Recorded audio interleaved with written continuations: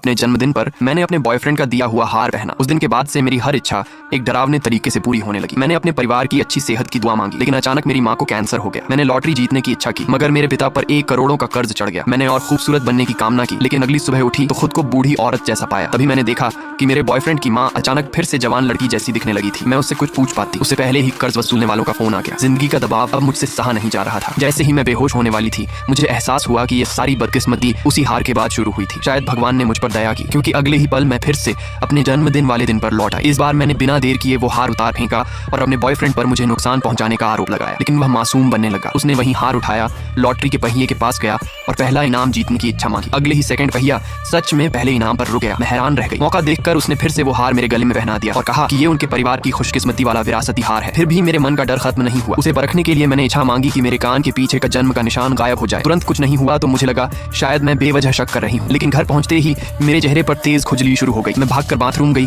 और देखा कि पूरा चेहरा लाल दानों से भर चुका था। उसी समय मेरे बॉयफ्रेंड की बहन ने एक सेल्फी पोस्ट की, जिसमें उसका सारा मुहासा गायब हो चुका था। मैंने मास्क पहना और जल्दी से अस्पताल पहुंची। थोड़ी देर बाद मेरा बॉयफ्रेंड भी घबराया हुआ वहां आ गया। मैंने गुस्से में उससे पूछा कि मेरी इच्छा का फायदा उसकी बहन को क्यों मिला। हमारी बहस के बीच डॉक्टर टेस्ट रिपोर्ट लेकर आया, जिसमें लिखा था कि मुझे शराब से एलर्जी है, लेकिन मुझे जिंदगी में कभी ऐसी एलर्जी नहीं थी। मैंने तुरंत वो हार उतार कर नदी में फेंक दिया। मेरा बॉयफ्रेंड पागलों की तरह गुस्सा हो गया और मुझ पर चिल्लाने लगा। लेकिन अगले दिन मेरी हालत और खराब हो गई। दाने कम होने के बजाय और बढ़ गए। मैं अस्पताल जाने ही वाली थी कि रास्ते में मेरा बॉयफ्रेंड मिल गया। उसने नदी से वो हार वापस निकाल लिया था। वह कहने लगा कि ये उनके परिवार की विरासत है और मैं इसे ऐसे नहीं फेंक सकती। मुझे अस्पताल की जल्दी थी, इसलिए मैंने उसे कार में बैठकर बात करने को कहा। लेकिन रास्ते में उसने जबरदस्ती वो हार फिर से मेरे गले में पहना दिया। मैं उससे बचने की कोशिश करने लगी। इसी धक्का मुक्की में कार का कंट्रोल बिगड़ गया और हमने 2 लोगों को टक्कर मार दी। मैं घबराकर बाहर भागी और उन्हें देखते ही टूट गई। वो मेरे माता पिता थे। सबसे अजीब बात यह थी कि मैंने शराब की एक बूंद तक नहीं पी थी। फिर भी मेरी रिपोर्ट में ड्रिंक एंड ड्राइव निकला। मैं रो रो कर अपनी सफाई देती रही, लेकिन मेरे बॉयफ्रेंड ने मेरा साथ देने के बजाय पुलिस से कह दिया कि घर से निकलने से पहले मैंने शराब पी रखी थी। पुलिस मुझे वहीं से पकड़ कर ले गई। मैं पूरी तरह निराश हो चुकी थी